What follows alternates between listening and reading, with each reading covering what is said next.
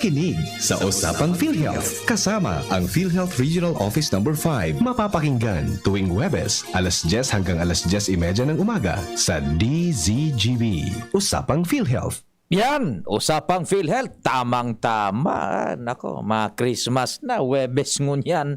23 na po kan Disyembre, atod na naman sa Indokan PhilHealth Regional Office Number 5, asin kan DCGB an usapang PhilHealth. 30-minute po yan, more or less, na pag-uri-restorya kan man lain-lain na servisyos, beneficios na pinagkatao po kan PhilHealth. Nako, tamang-tama ngayon. Mereng Christmas. Ang ating mga Santa Claus kasama introducing ang talaga namang lalong mga gumaganda, sumisibol sa kagandahan, makapitapitagan, pinanginginahan ni Madam Lery Ilagan. Madam Lery, good morning! Good morning, Sir Pio. As usual po, nakakahawa ang inyong Christmas energy. Christmas spirit tayo ngayon, Sir Pio. Nagbabalik po ang Team PhilHealth Regional Office 5 para magbigay po ng karagdagang informasyon tungkol sa inyong PhilHealth benefits at membership. Kasama ko po ang sabi mo nga, Sir, kapita-pitagan at lalong gumaganda ng si Miss Gigi. Yes, nagmana lang sa'yo, Ma'am Larry. Good morning and Merry Christmas, Sir Pio. The DCGB team and of course, to all of our listeners na nakikinig at nanonood ngayon for FB Live. Magandang umaga, Merry Christmas po sa inyo lahat. Nag-blooming si Sir Pio ngayon. Sir, ang pogi-pogi natin ngayon. Parang napangakuan tayo ngayon, Sir Pio. Ilang linggo mo kaming iniwan ni Madam G. Langya ka, miss na miss ka namin. Na-miss din kayo, sir. Hindi na kinaya ng aking katawang lupa. Pero nandiyan naman po si Miss GB para magbigay sa atin ng nitong impormasyon. At nagbabalik po kami ngayong araw. Well, it's nice having you back, Ma'am Gigi and Ma'am Lery, kayong dalawa. And Merry Christmas sa inyong dalawa. And dito sa Talakayan, pwede silang mag-participate, magtanong, and marami po mga impormasyon na malalaman. And ang alam ko, nung wala ka, Ma'am Lery, sabi ni Gigi, magaling ka niya magkanta. Yeah. Vocaler ka daw, vocaler nung PRO ban. Totoo ba yun? Nag-sample mo na ako. Sample. Kaya sir, yun, natin kami i-play para sa mga ating mga listeners. Kasi nasa mood, sasabay daw siya. Well, anyway, Pasko ngayon. Pasko. Paus, bakit ano bang ginawa mo na naman? Namamaos ka. And talaga, sir, umaga't gabi. Walang palampas. Sige, Christmas kayo na uso ang kainan. Sinasabi ko sa inyo, Sus Mario Joseph naman, Madam Gigi, Madam Lery, uso kainan. Ano bang mga dapat nating malaman, Mga tips na pwede nating ma-share sa mga kababayan. Holiday season, uso ngayon. Party, kainan, inuman, chibugan. Ako, Sus Mario Joseph naman, Sige, unahan natin mga tips ninyo po and yung mga benefits ng PhilHealth, kung ano mga dapat na gawin. Go ahead, Ma'am Lery. Yes, sir. Dahil nga po, Pasko na naman, nandun tayo, sir, sa season na proven na talaga, sir, na kapag December, medyo tumataas, sir, ang ating mga availment ng PhilHealth. Maliban pa to doon, sir, sa mga aksidente na related doon sa, sa New Year, paggamit ng mga paputok. Nandiyan din, sir, yung pagtaas ng mga sa high blood na confinements. So, ito na naman po kami, sir, para magbigay po ng konting paalala sa ating mga miyembro na ang pagkain po ng marami, pag-inom ng mga nakakalasing na mga beverages at pagpuyat po, sir, sa ilang mga kaniwang sitwasyon dahil nga po tayo ay nasa holiday season na medyo mataas talaga, sir, ang chances. So, hindi po natin pinagbabawal ang pagkain ng mga cholesterol na, sir. Ito yung panahon na gusto natin kumain ng mga lechon, diba? Pero kailangan lang yung mga cakes, yung mga matatamis na pagkain, yung mga liquors po. Pero ang paalala lang po natin is in moderation lang po parati kasi too much of everything po is always dangerous to our health. So simulan natin sa unang-unang tip, sir. Kung kayo po ay nasa mga handaan, una po nating hanapin yung salad kasi simulan po ang ating simpleng salad kasi mas mainam na busugin muna natin ang sarili natin ng isang masustansyang pagkain sa ganun pagdating ng salo-salo, medyo konti na lang yung kakain natin pag nakita na natin yung lechon, sir. Ay, Yosef naman, masarap pag salad ipapakain mo sa akin. Eh, yung salad matamis. Salad, sir, na kung gulay na lang, sir. Lettuce na Lagi yan. kain, dalawang addition. And then, of course, sir, kung tayo po ay problema taon kasi wala na po tayong halos mapartingan sa malapit na lugar. Ano kaya para mag-step up tayo, mag-park muna tayo sa medyo malayo-layo dun sa ating venue para may time pa tayong maglakad papunta doon. At saka hindi naman po sobrang layo na ang dami na ng hakbang. Ano po, just enough para makapag-regenerate po ang ating katawan at makakuha ng makalabas ng tamang fluids. So, nakakatipid din po ito sa gas. Yan. Para sa iba pang updates and tips, Gigi? Yes, okay. So alam naman natin, pag holidays, kainan ang dapat natin iwasan, ingatan, pag-face. So, mas guilty ako nito, kaya tatandaan ko to Sir Pio.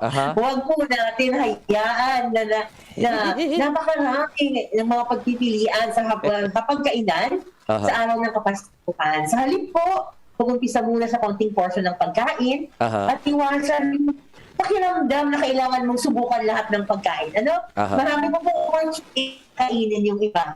Pagkatapos kung maggutom pa, maglaan lang maglaan po ng ilang oras para mag-pause at i-digest yung kinain natin. Napuputol. Kapag po si table, fully digested na. Hindi tayo mag-iso, di ba? Pasan din natin yung sanggip sa may isang tip na maganda. Huwag kumain ng kumain dyan sa handaan. Magdala lang ng silopin. At i-share sa kapamilya. Oo nga naman. Kanina mo talaga siyang kaya, noted po. Ngayon level up, hindi na cellophane, may mga Tupperware ng dala, di ba? Siguro rin lang kung close kayo doon sa nagpapaparty at baka. Yung balot na hindi na naghihintay sa may-ari niya ipagbalot. Yes. Alam mo, okay, simplicity. Pagpanda lang po tayo ng simple lang. Iwasan natin ang paghahanda ng marami to dito holidays. Lalo na ngayon na pandemic, di ba? Na medyo hirap tayo financially or kung okay naman po tayo financially, sige na lang po natin na may mga tao na hindi ganoon as fortunate as ano po. Sa halip na maganda na lamang po tayo ng mga simpleng pagkain at punan ng mga ito ng mga nakakapagpalusog na sangkap. Di ba? Yung mga pasalad, di Ma'am Lenny. Pero magandang tip din kasi yan, Sir Pio. Kasi kung nagsasalit, mabadaling mag-digest. Di ba? Fiber kasi. Gawin pa nung lang po salad, huwag ng alak. Salad na lang po para healthy tayo. Mas maganda kung may Ma'am Lery, Manji, mas maganda kung may balak, dapat may alak. Di ba? Napuputol, mahina yung signal Sige. Nawala yung signal Sige natin. po. Ang simpleng handaan ay maaaring mahulugan. Sir Pio, narinig niyo po ba kami? Go ahead. Okay na. Sige, go ahead. Ang pagkakaroon po ng simpleng handaan ay maaaring manghulugan ng mas konting enerhiya na ginugugol sa pagluto at makakatipid po tayo sa oras at naman po sa paggamit ng tubig, lalo sa paghugas ng mga pinggan matapos kumain. Makakatipid din po tayo sa gastos kapag mas simple, di ba? Sa pag ganitong season, yung mga parents na ubos na yung oras. So, nakakalimutan na po yung talagang Christmas bonding na nire-require ng ating mga Junakis. Yeah. So sa mga momshies at sa mga adis dyan, more bonding time po muna tayo with our beloved family. Yan, opo. So, yun na, yung mga tips na yan sa handaan na kainan na yan ako. Nagugutom na ako eh.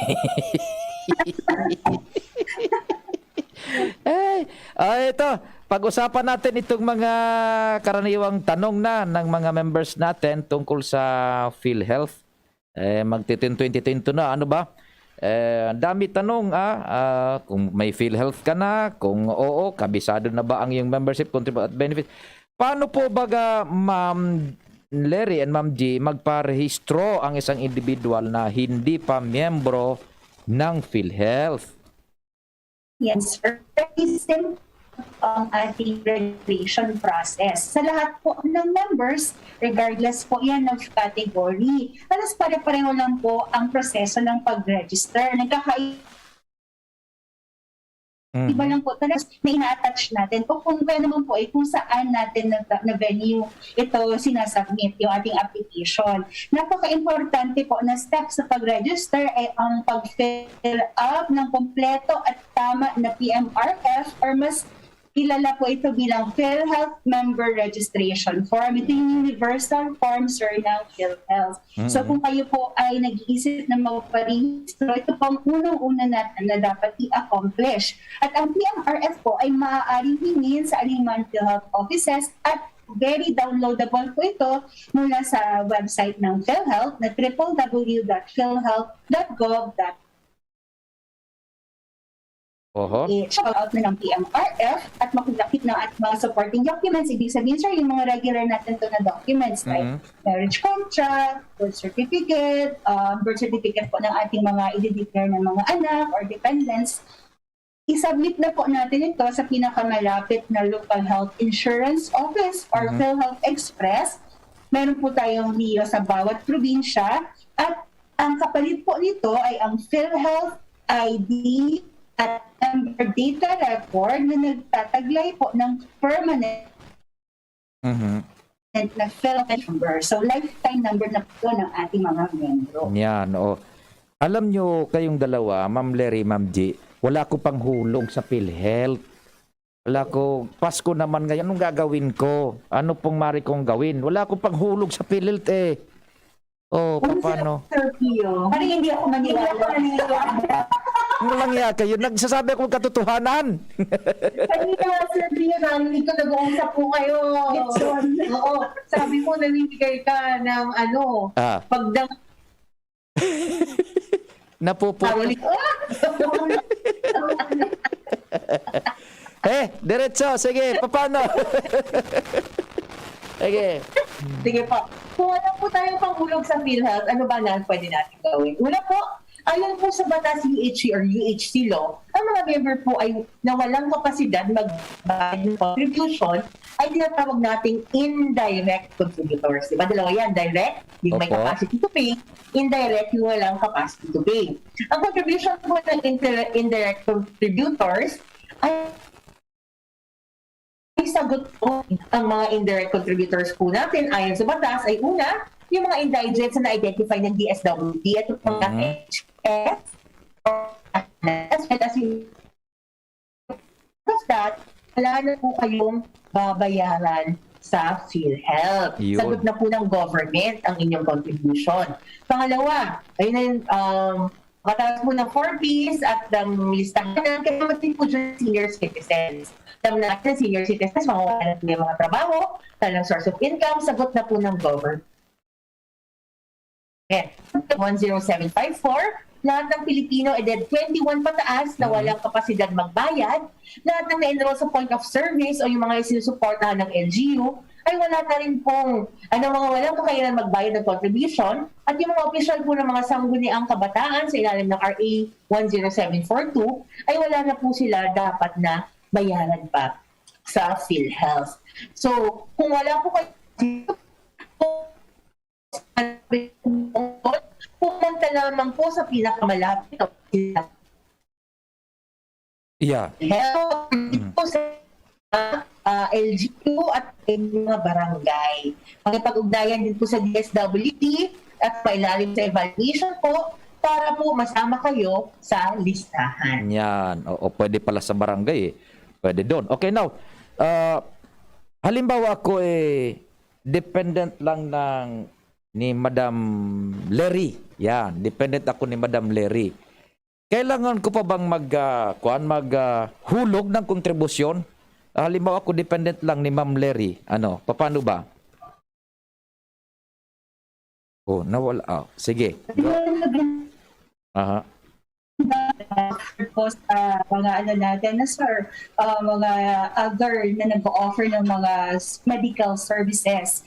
Ang PhilHealth po kasi, ang nagbabayad ng contribution ay yung primary or principal member lang. Kahit po siya ay may dependents na 4, sila po ay makakapag-avail pa din ng ating mga benefits nang wala pong binabayaran. Sakop na po sila doon sa contribution ng ating miyembro. Kaya po, kung iisipin mo, sir, medyo nakatipid ka. Di ba, sir, kung ang member natin po ay, for example, si Daddy, tapos meron po siyang dependents, si Mrs. at saka 4 na anak, ibig sabihin po, sir, ang binabayaran niya is 6 na tao. Ang contribution niya po ay para sa isang tao na nagpo-contribute. Pero ang nakaka-avail po ng benefits ay actually 6 na tao. Pare-pareho po yan na benefits, sir. Wala pong pagkakaiba kung ikaw po ay dependent or kung ikaw po ang primary member na naka-enroll sa PhilHealth. Yan, okay. Now, ito, ano? Yung mga hindi ko nabayaran na kontribusyon nung mga nagdaang taon, halimbawa ko isang self-employed member, hindi ako nakabayad ng ilang taon. Paano ba ang sistema? Yes. So noong hindi pa po pinapatupad yung universal healthcare law natin, ang mga hindi po nabayaran contribution sa PhilHealth ay hindi na maaaring balikan o bayaran dahil tayo ay walang retroactive payment. Ngunit kaakibat nito, dahil naman po hindi tayo nakabayad ng retroactive or missed payments, ay nadi-disqualify po tayo sa paggamit ng benefits mula sa PhilHealth. Noon po ay nangangailangan ng active na pagbabayad ng isang miyembro bago po tayo makagamit na po nang pinatupad natin yung lahat ay qualified sa benepisyo. Ngunit, sinasabi rin po sa batas na dapat regular tayong nagbabayad ng contribution ng ang lahat ng miyembro ng PhilHealth. Yes. Kung kaya't simula po noong December 2019, lahat po ng mga nalaktawang contribution ito po ay sa PhilHealth 0 on granting of immediate eligibility to members. Pero ang kapalit naman po dito, kapag natin yung mga missed payments natin, makakagamit po tayo ng benepisyo. Unlike noon, dahil may hindi ka nabayaran, talagang disqualified. Hindi ka na makakagamit. Opo, okay. So, halimbawa, kukuha ng ID. No ID, no entry. May bayad po ba yun, PhilHealth ID? Yan, wala, sir. Wala pong bayad ang lahat ng services ng PhilHealth para sa mga miyembro. Tanging contribution lang po yung binabayaran natin. Kung PhilHealth ID, kukuha po kayo ng member data record, MDR, kukuha po kayo ng aming mga forms, lahat po yan ay libre. At ang tatandaan po natin, nakatakda po sa ating UHC law na hindi po requirement ang PhilHealth ID sa paggamit ng benefits. Kaya sa mga hospital or facilities natin, hindi na po kayo hihingan ng PhilHealth ID para makapag-avail. Ano man pong patunay na pwede lang natin na maipresent sa hospital, bigyan ng benepisyo is enough po. Pero hindi po kailangan na PhilHealth ID ang inyong ibigay. Yun, opo. Pwede na yung selfie naming dalawa. Tayo 3 selfie. Ayan, taga PhilHealth. Yan. Mayroon ako PhilHealth. Hearty-hearty pa. Ako empleyado ni Ma'am Gigi. Si Ma'am Gigi kasi meron siyang mining company. Yan. Empleyado niya ako. Oh, meron siya mining company. Titingnan ko, baka hindi ako hinuhulugan ito ni Ma'am Gigi. Paano ko ba malalaman yon, Ma'am Gigi? Ma'am Lery. Yes po, kung kayo po ay empleyado or kahit self-employed po kayo, maaari po kayong mag-check ng inyong contribution in online member portal. Napakadali lang po, makapasok po na lang po sa aming website po www.gov.ph, pumunta po sa online services at i-click po ang member portal. Ano po? So kapag doon na po kayo, pwede nyo ma-check ang inyong contribution online. Yun po. And then, pwede rin po kayo pumunta sa pinakamalapit na opisina ng PhilHealth para mag-inquire. Pero ang kagandahan po, dahil nga po sa pandemic, ayaw na natin na lumabas pa na hindi naman kinakailangan talaga. Ano? Pwede na po natin yan ma-check online. Kailangan nilang po malaman ang inyong, una sa lahat, ang inyong PhilHealth identification number at dapat meron po kayong valid email address. Yun lang po ang kailangan para ma-check ang inyong contribution online. Yan. O. Halimbawa natigil ako sa paghulog. Ano ba? Pwede, ay, balik mo na yung nahulog ko. Mga nauna kong nahulog kasi natigil na ko yung parang sinasabi, money back. Sa PhilHealth, meron ba niyan?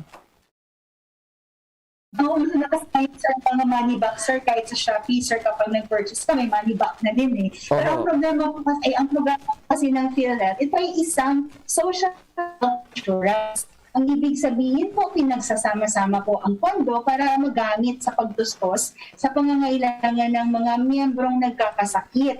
Pero wag po natin naisipin na kapag tayo po ay nag-contribute tapos natigil for a while, hindi na po natin yun mapapakinabangan. Magiging material po ang inyong contribution kapag kayo po ay 6 old at kaya ay makaklasify na as lifetime member. Kung saan po, sir, wala na kayong babayaran na PhilHealth contribution pero makakapag-avail po kayo ng PhilHealth benefits. At sa ngayon, sir, madami pong benefits. Inpatient tayo, may outpatient tayo, at meron tayo, sir, benefits nakakalabas lang like yung konsulta kung saan bago pa man tayo magkasakit ay mayroon na po monitoring and pag-asikaso sa ating health ano po na hindi tayo na-hospitals. Ayun. So, yun po ang ating contribution sa PhilHealth. Kapag po ay nakaipon na ng 10 na taon na contribution sa PhilHealth at kayo po ay 60 years old na, ito ay magagamit niyo pa din. Yeah, pwede pala yun. Now, ito na, ito sinasabi. Sabi ni Ma'am Gigi, singer ka raw noon. Ito merong bidyong ipakikita uli. Baka ikaw na'y kumakanta. Sige nga. Nasa backstage ako dito, sir. Christmas naman ngayon. Yung last year, Ma'am Lery, ang pioneer ng PhilHealth Fund. Sige di. Sir, magkakanda kami ng pala concert para sa iyo, sir. Yan. Sa De, ganito lang gawin natin kung na lang tayo ng ating parting message sa episode na to. Then pagkatapos ninyo, saka na natin ipi-play yung ating parang extra na yung dating sasapian ni Miss Lery Ilagahan. Sige, parting message muna. Then yung video ipakita natin. Go ahead po. Yes po, sir. Nais po natin siguraduhin sa ating mga kapwa Bicolano na nandito po ang Team PhilHealth Region 5 para patuloy pong pabutihin ang ating serbisyo at nakatuon kami sa pagbigay ng dekalidad na serbisyo po para sa lahat. Sa ngalan po ng aming very dynamic Regional Vice President, RVP Henry Almanon, Team PhilHealth Regional Office 5 po, para sa mga susunod na taon, parati po kami nandito handang magbigay ng serbisyo. Tapos sa Team PhilHealth Regional Office 5, binabati po namin kayo ng mas masagana at masayang Christmas at para ilagay po tayo sa Christmas spirit, panoorin po natin itong special number dedicated po to all our PhilHealth members from the very talented PhilHealth Regional Office 5. So take it away, Sir Pio.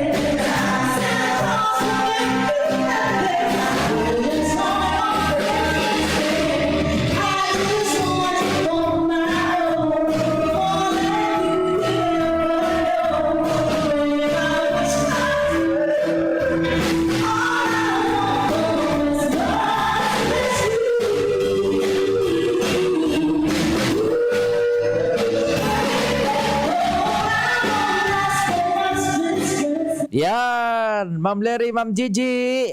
Ma'am Gigi, andyan ka pa ba? Wala na.